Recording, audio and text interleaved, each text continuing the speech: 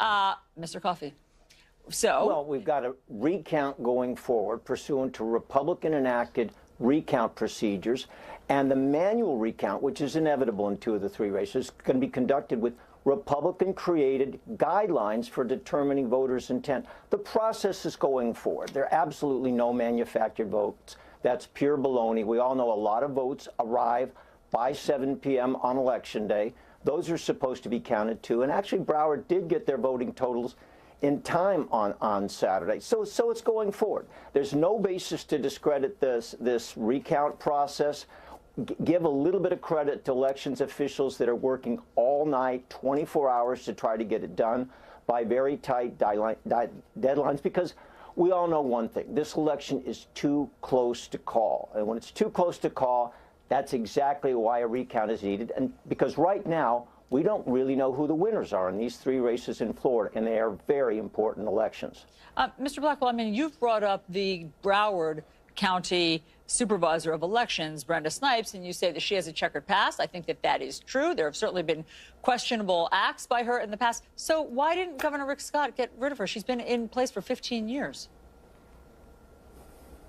Well, look, at the end of the day, I think that's a very, very good question.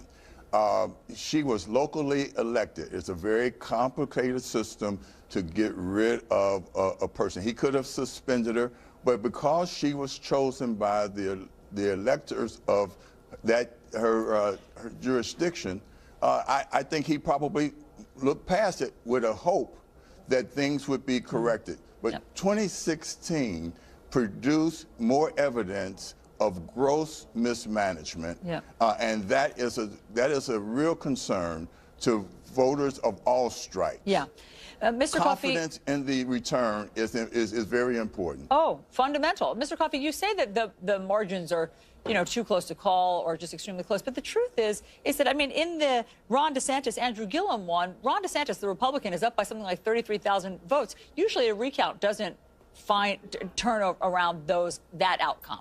It seems as though the Republicans have healthy leads here, 33,000 and I think 12,000 in the other senatorial race. And so Republicans, I mean, from where I sit, look pretty confident. I mean, they could be pretty confident and say, let the recount just proceed. We've got nothing to worry about.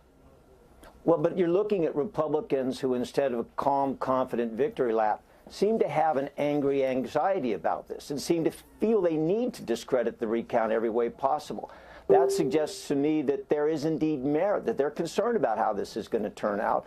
And of course, the Democratic lawyers are pointing out that recounts historically help Democratic candidates. There are plenty of things we don't know. And at the end of the day, the legislative determination was that if something is 0.5%, you don't know how it's going to turn out. Do a machine recount. And if it's 0.25%, the government of Florida, the Republican-led government, has said that is too close to call. You've got to have a 67-county manual recount. So let's respect the process. Let's go forward and at the end of it, count every vote and see what the real results are of this election. On that note, Ken Blackwell, Kendall Coffey, thank you very much.